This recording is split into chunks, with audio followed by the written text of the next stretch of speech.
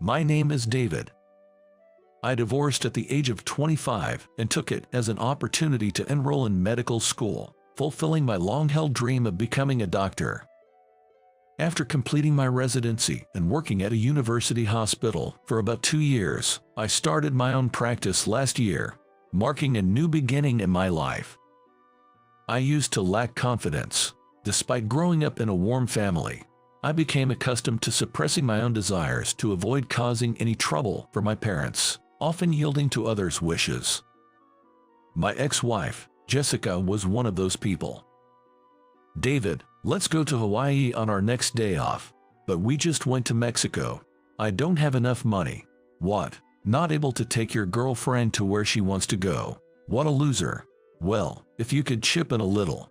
Why should I pay for anything? You're a man, aren't you? Having worked straight after high school, I had a longer work history than Jessica, who was a college student at the time. Still, jobs available to high school graduates didn't pay much back then. It was enough for me to live on my own, but Jessica, somehow convinced that my longer work history equaled higher wages, expected me to pay for all our dates.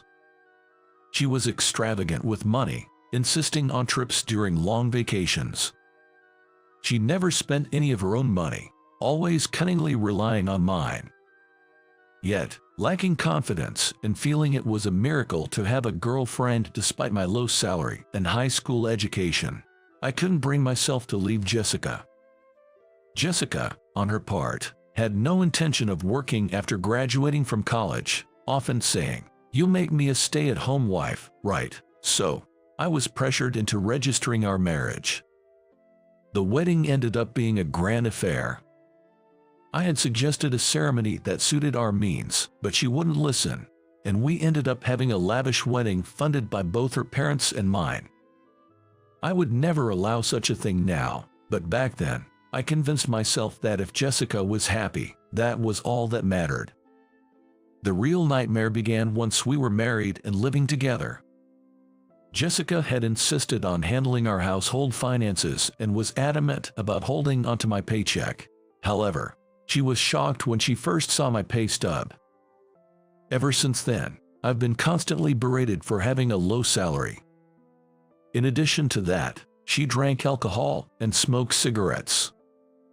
Furthermore, she claimed it was my fault she needed these stress relievers and began serving me only bread and pickles. She wouldn't cook and would eat delicious store-bought side dishes in front of me. I was constantly called a low earner and worthless man. During this time, I experienced a turning point. One morning, I found myself unable to get out of bed. Despite this, Jessica demanded I go to work, saying it was my responsibility as the low earner, and left for her day. I managed to get up and went to the hospital, not work. Ashamedly, I had to borrow money from my parents as I had none. The diagnosis was mild malnutrition and depression. I was advised to take a leave from work. I returned home, dreading Jessica's reaction. When I explained the situation and mentioned taking a leave of absence from work, Jessica became more hysterical than usual and hit me.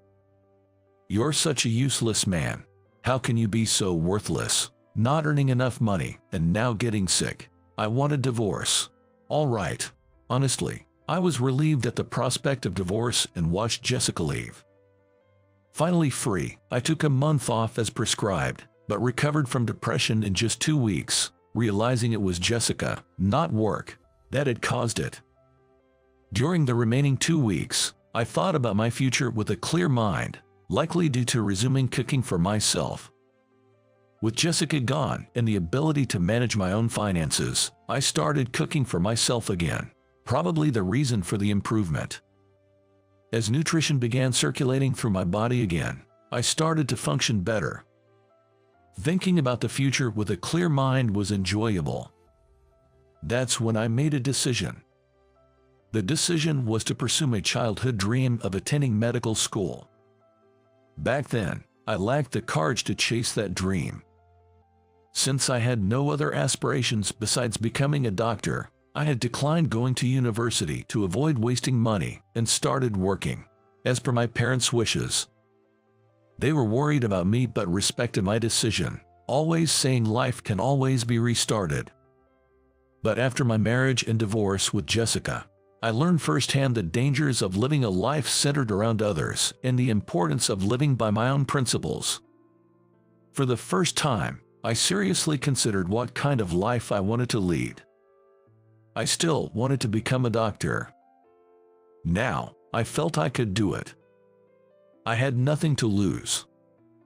From there, things moved quickly.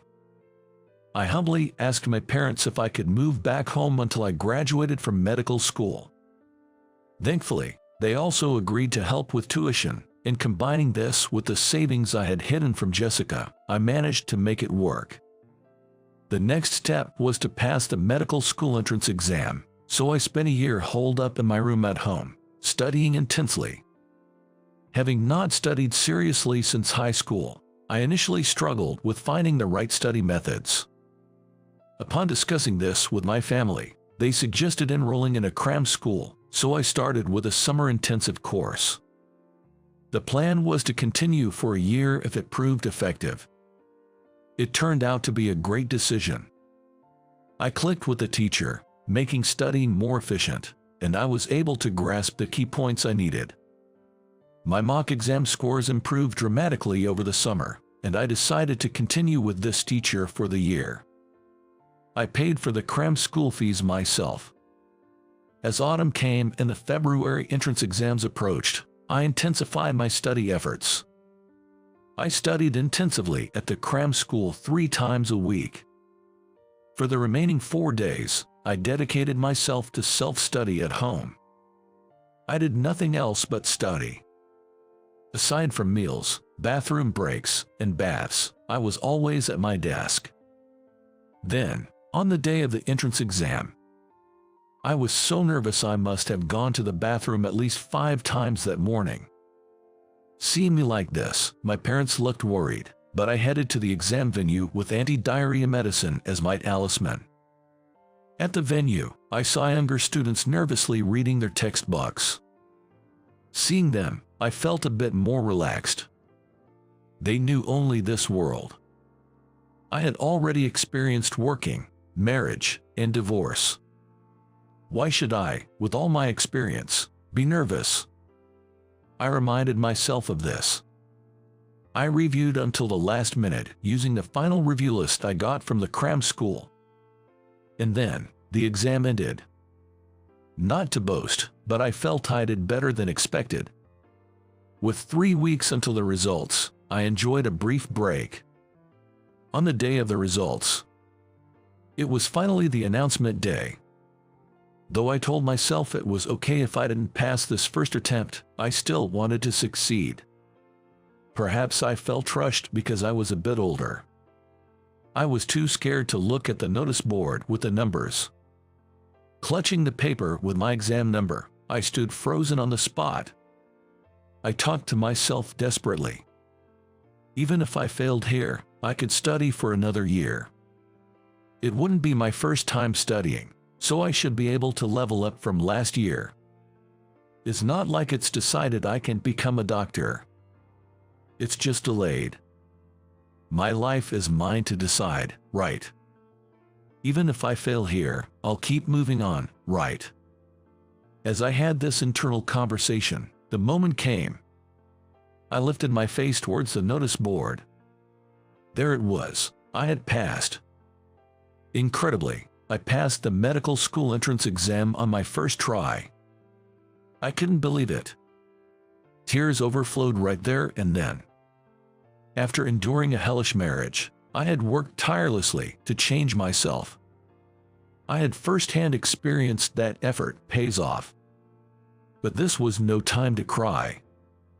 The real challenge in medical school was just beginning.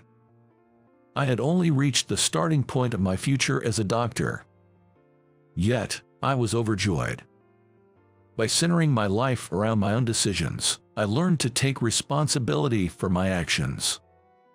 Everything I decided was my own responsibility, which was nerve-wracking, but the joy was doubled when things turned out well. I hurried home to share the news with my parents. Upon hearing of my success, they too were moved to tears. My parents never once doubted me throughout my life. They must have been very worried. What were they thinking, watching their son give up on his dream just because he lacked confidence? Though late, I felt like I had finally done something to make them proud. Seeing their relieved faces, I resolved to work even harder and be a better son. There was about a month before school started. I was busy with enrollment paperwork and other tasks. Yet, I wasn't bothered at all. I was too excited. I continued living with my parents during my studies, so I didn't have to worry about rent. I'm truly grateful for this environment that allows me to focus solely on my studies. Originally, I planned to use my savings for part of the tuition, but my parents insisted that I keep it for living expenses. As I would be too busy to work, they decided to cover all my tuition fees. Medical school is expensive. When I asked if they were sure, they revealed they had been saving for my education since the day I muttered about wanting to become a doctor. Parents are incredible. Before classes started in earnest, there was an orientation at the university, which I attended. There, I met Emily, who is now my fiancée. By chance, Emily and I were the same age. She had graduated from a different university and worked for a while but couldn't give up her dream of becoming a doctor, so she quit her job to start medical school. Our circumstances were almost identical, except for the marriage and divorce. Emily and I, sharing similar circumstances, quickly hit it off. We exchanged contact information and kept in touch constantly until university started. My life felt completely different once I shifted to living by my own values. Those difficult years seemed meaningful now, as they led me to my current life. Emily suggested we work on a report together, so we met at a cafe near the university and collaborated, debating and discussing as we worked. We had similar goals and, being the same age, we enjoyed each other's company. Time passed, and Emily and I were in our third year of medical school. By then, we were spending nearly every day together. I officially asked her out, and we became a couple. Our top priority has always been our studies. Becoming doctors is our ultimate goal. We promised each other not to lose sight of these two objectives as we continue our journey. With Emily, I felt we could motivate each other, and our time together made us work twice as hard. Our dates mainly consist of studying in cafes and taking walks on the way home. Occasionally, we go to the movies. Both of us living at home, we spent about half a year like this, and Emily said she was happy. After 6 months, I introduced Emily to my parents. Having gone through the experience with Jessica, I was a bit nervous, but my parents were delighted and welcomed Emily warmly. From then on, Emily and I started spending days at my parents' house when we didn't feel like going out or just wanted to relax. Look at this, Dave. You bought that. I was actually thinking about getting it too. I can lend it to you after I'm done reading it, if you can wait. I can wait, so I'm buying it now. Let's exchange our thoughts after we've both finished reading it. In this way, Emily and I spent our time peacefully, never fighting. Always positive, Emily is an independent and straightforward woman. Yet she has this adorable side that makes me feel she's too good for me. I often think how great it would be to become fully qualified and marry Emily. Whenever I mention this, Emily always insists that she has no intention of being supported by me, and that it's fine even if I'm not fully established yet. What a strong woman she is. Well, our dream is to become fully fledged doctors, so there really isn't an option not to become one. Time passed, and graduation approached. Both Emily and I managed to graduate without any delays. It was a miracle I got into medical school on my first try, let alone graduating straight through. It's all because Emily and I worked hard together. By the time of our graduation, I had decided to propose to Emily. For our graduation celebration, we dined at a fancy restaurant we wouldn't usually go to and enjoyed the night view. I felt too embarrassed to propose in the restaurant, so I planned to do it during our usual walk. Although our usual walking path was nice, tonight's path with its beautiful night view made me feel quite romantic. We're finally graduating. Yeah, we really did our best. It's all thanks to you. I would have struggled a lot more if I were alone. We both supported each other, right? It's good that we'll both be in our hometown for our internships, even though they are different places. Yes, but honestly, I'm a bit anxious. About what? We've been together for 3 years, but if you count from the day we entered school, it's been 6 years. I'm a little sad to think about the days we won't be able to see each other now, but I bet we'll be too busy to worry about it, though. About that, I don't think I could find another partner who motivates me as much as you do, and you know, I used to lack confidence and felt anxious every day, but being with you, I've started to like myself. That's why I want us to be together forever. Of course, I know, I know we'll be fine, but to make us feel even more secure and as a mark of my commitment, Emily, will you marry me? Really, I'm so happy I'm crying. Of course I will. Emily accepted my proposal with tears and a radiant smile. From that day, Emily became my fiancée. We decided not to register our marriage during our internship period to focus on our training. Both my parents and Emily's were overjoyed and supported us wholeheartedly. We discussed living together during our internship, but decided it would be too challenging with the new job, so we continued living at our respective homes for a while. 2 years into our internships, after some ups and downs, Emily and I continued to motivate each other and made it through. As we both aimed to become pediatric specialists in the next 3 years, living together seemed more convenient. So about 2 years after getting engaged, we finally decided to move in together. We planned to register our marriage once we were ready to start our own practices after these 3 years. Neither of us was particularly focused on the formalities of marriage, as we were always together and focused on our life goals. However, since it would be Emily's first marriage, we promised her parents to officially register at the appropriate time. Both families were incredibly supportive as we planned everything and kept them informed. We squeezed in time to search for a place to live amid our busy schedules. I usually went along with Emily's opinions, as she had strong preferences for our home and I wasn't particularly interested. We visited several places, and Emily always looked happy. She talked endlessly about furniture arrangement and themes. Our incomes as interns weren't high, so we couldn't afford a luxurious home, but any place was fine as long as we were together. We settled on a 2-bed apartment. Choosing furniture was something we could do in our free time, but for things like applying for and setting up utilities, which are difficult to schedule around, our parents were a great help, especially when Emily and I couldn't find time together due to our busy schedules. I'm truly grateful for their assistance. After we successfully moved in, we held a celebration with both our families. If it weren't for everyone, we couldn't have made it this far. Thank you so much. Really, we're so lucky to have such supportive parents. Thank you. Cheers.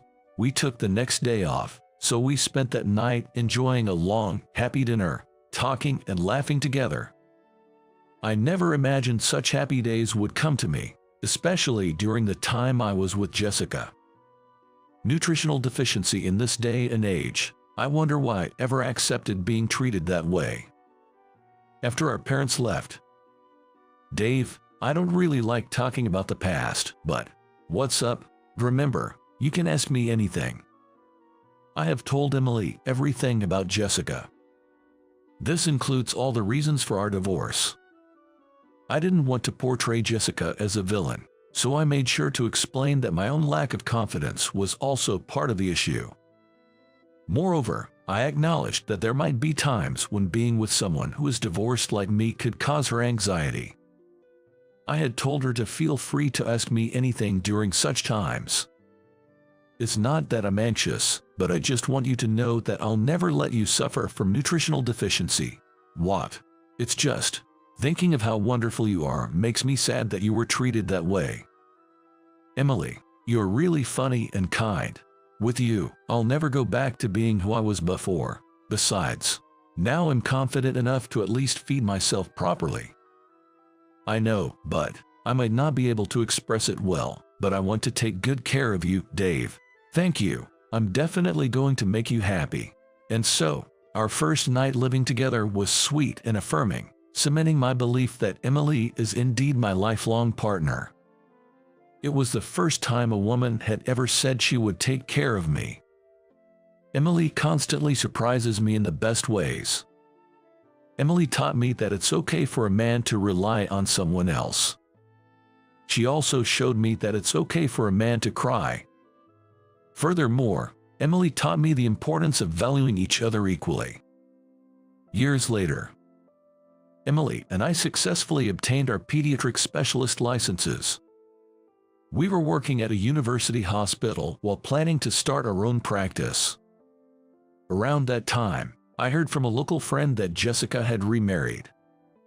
Since I'm not on social media, I had no idea what she'd been up to, but apparently, she married the owner of a construction company in our hometown. My friends, who had always sided with me, never shared any information about me with Jessica. However, since Jessica actively posted her life updates on social media, everyone knew what she was doing. It seemed she had been dating men who could financially support her since our divorce, but she seemed dedicated to her new husband. Well, for Jessica, it's probably dedication to his money. I glanced through her social media history, which my friend showed me. Jessica had transformed into a flashy woman with blonde hair and leopard print attire. The photos posted were all of meals at high-end restaurants. There were also pictures of brand-name clothes and bags she had purchased, as well as luxury accessories that she apparently received as gifts. The content was so excessive that just looking at it made me feel almost queasy, so I closed the phone halfway through and handed it back to my friend. Even when she was married to me, she used to post photos from trips we couldn't afford, just for show. I wonder how much of her current life is real. Honestly, I'm more worried about her new husband. I wonder if he's not being pushed too hard. If she married him just for his title of being a president, the treatment at home might be quite harsh. If he is indeed a company president, there might not be a financial hit, but I worry about the company's stability dealing with someone like Jessica, who doesn't understand limits. As I was thinking about this on my way home, I was greeted by the delicious smell of curry. "You're back. I've made curry. Such a nice smell. I'm so happy." What's with the sudden sentiment, Dave? Finding happiness in curry. You're such a wonderful person. I shared with Emily the encounter I had earlier, about how I'm grateful for finding happiness in everyday things, not in money, and how it's all thanks to her. I ended up sharing everything with her. That's nice. I don't have much material desire either. I find happiness in experiences and doing what I want. I can't really relate to your ex-wife, but I hope she's happy in her own way. What? Well, she got what she wanted, right? A wealthy husband. If that makes her happy, then that's good for her. I just hope she isn't mistreating her new husband. Yeah, Emily. Being able to wish happiness for your fiancé's ex-wife. How incredible are you? I'm almost moved to tears. It's just a lack of interest. I don't want her unhappy and coming back to affect you, Dave. I see. Emily is truly remarkable. Even making light of it, it's something not many people can say. If Emily had an ex-husband, I'd want to erase his existence. I can bear the thought of someone else knowing a side of her I don't. So, realizing her magnanimity, I was deeply moved.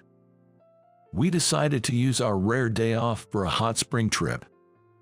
Next month would be the final push for opening our practice, which meant we'd be extremely busy. So, before that, we wanted to relax. I had already submitted my resignation at the university hospital and was using up my paid leave. Emily planned to join the clinic after it was established, so she would continue at the university hospital for a while longer. Today and tomorrow, we decided to indulge and even bought first-class tickets for the train. And as we were finding our seats, "Wait a minute, David, aren't you David? Jessica, long time no see. You still look as poor as ever. This car isn't for poor people like you, pretending to be something you're not by sitting in first class. How embarrassing. Good thing I left you when I did. I'm now married to a company president and set for life. Hello." As I stood there, speechless, Emily popped her head out from behind me and greeted Jessica. "And you are?" "I'm Dave's fiancée, Emily. Getting engaged to such a poor man, you're going to have a hard time.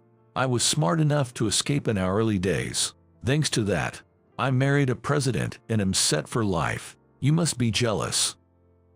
"Indeed, how wonderful. What's with the attitude?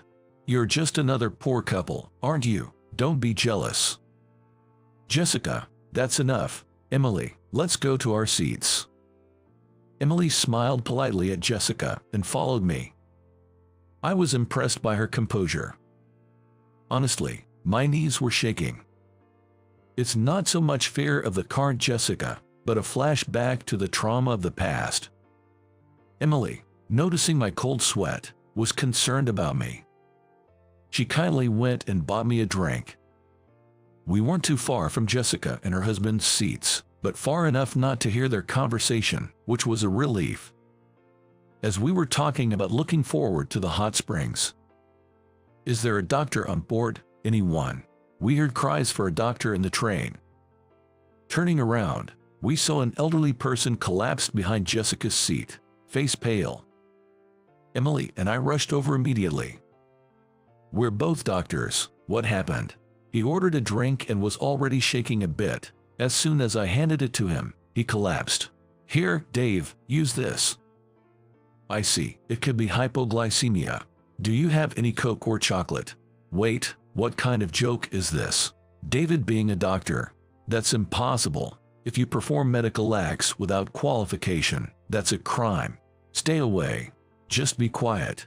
Startled by my shout, something she had never experienced from me, Jessica was clearly shaken and fell silent amidst the commotion in the train. Amidst the chaos, Emily and I swiftly attended to the patient. "Here's the Coke and chocolate."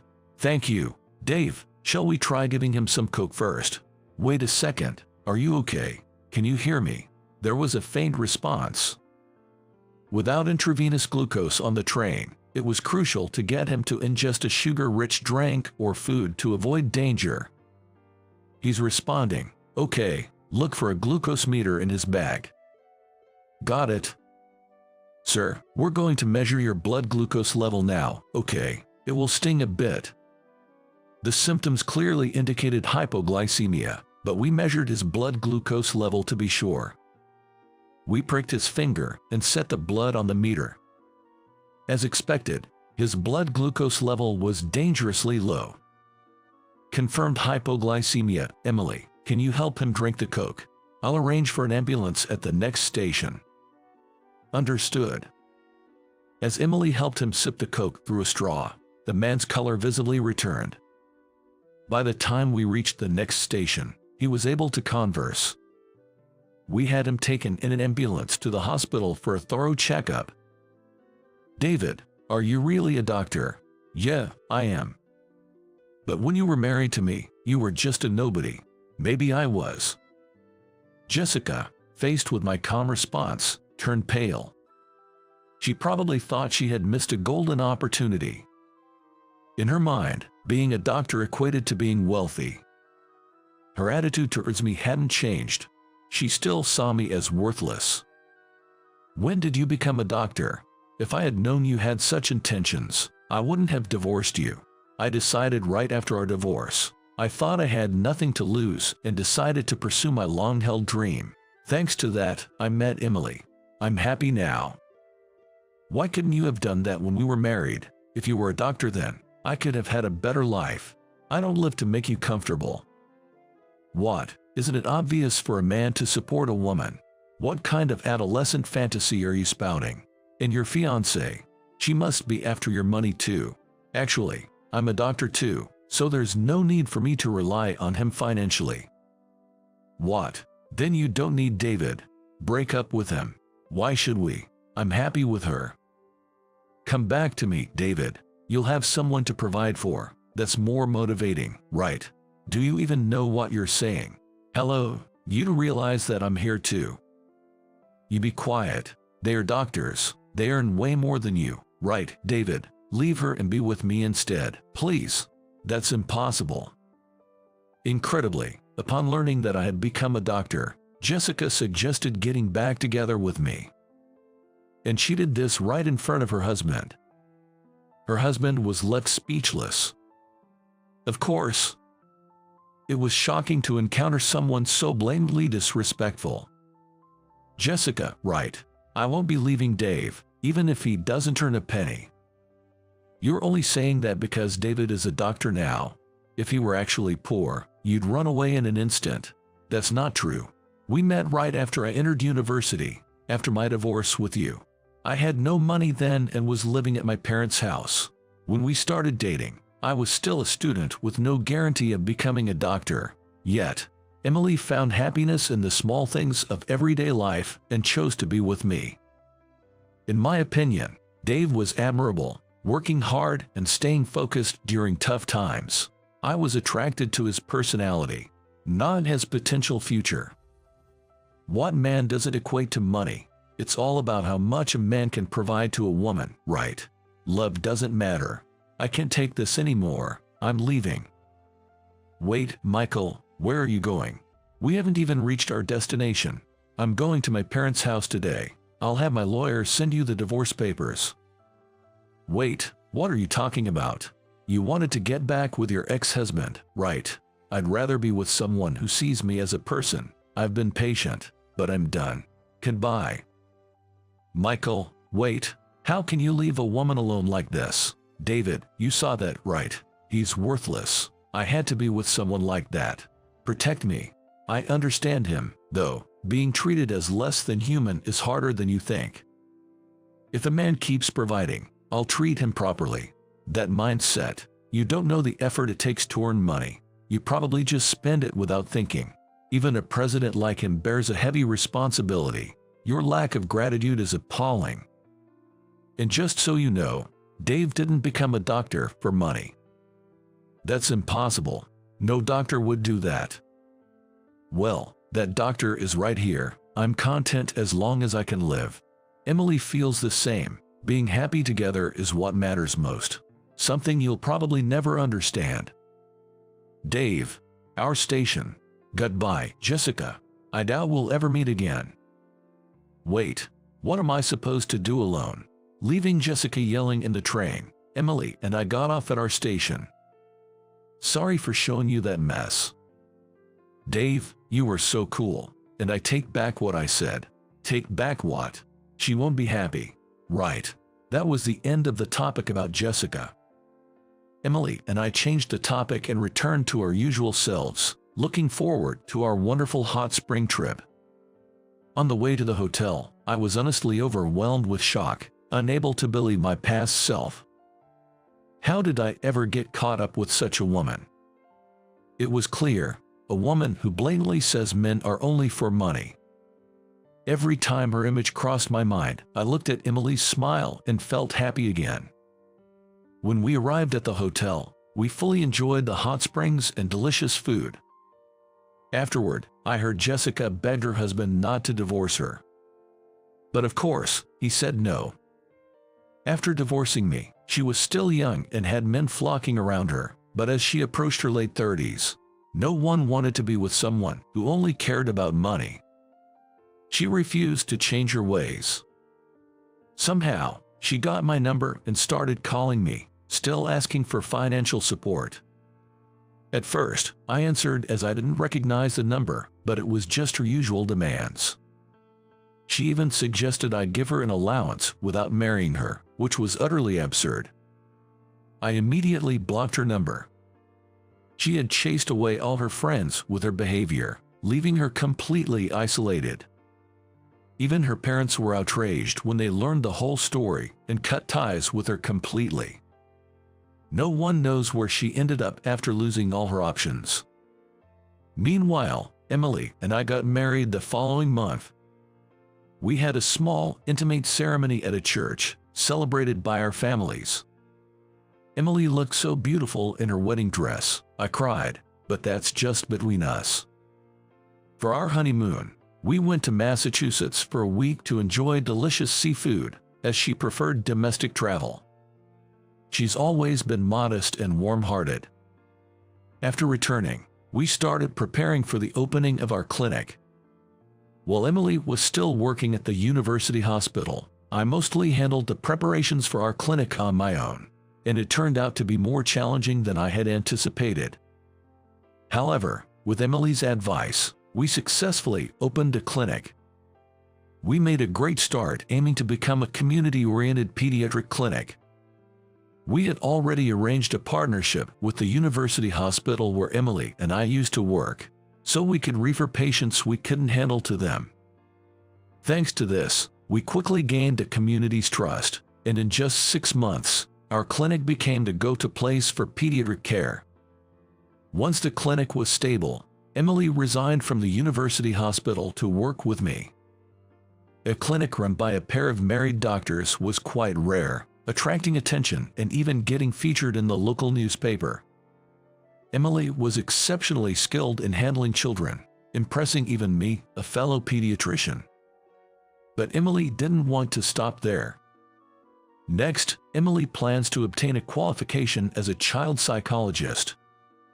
Having more specialties than just 2 pediatricians in our small clinic seemed like a good idea, especially since the mental health of children can significantly impact their future. Emily has been interested in this field since her university days. After discussing it together, we decided on our next goal, to eventually expand our clinic to include both pediatric internal medicine and mental health services. Working towards this goal, we're committed to spending our days together, both seriously and joyfully.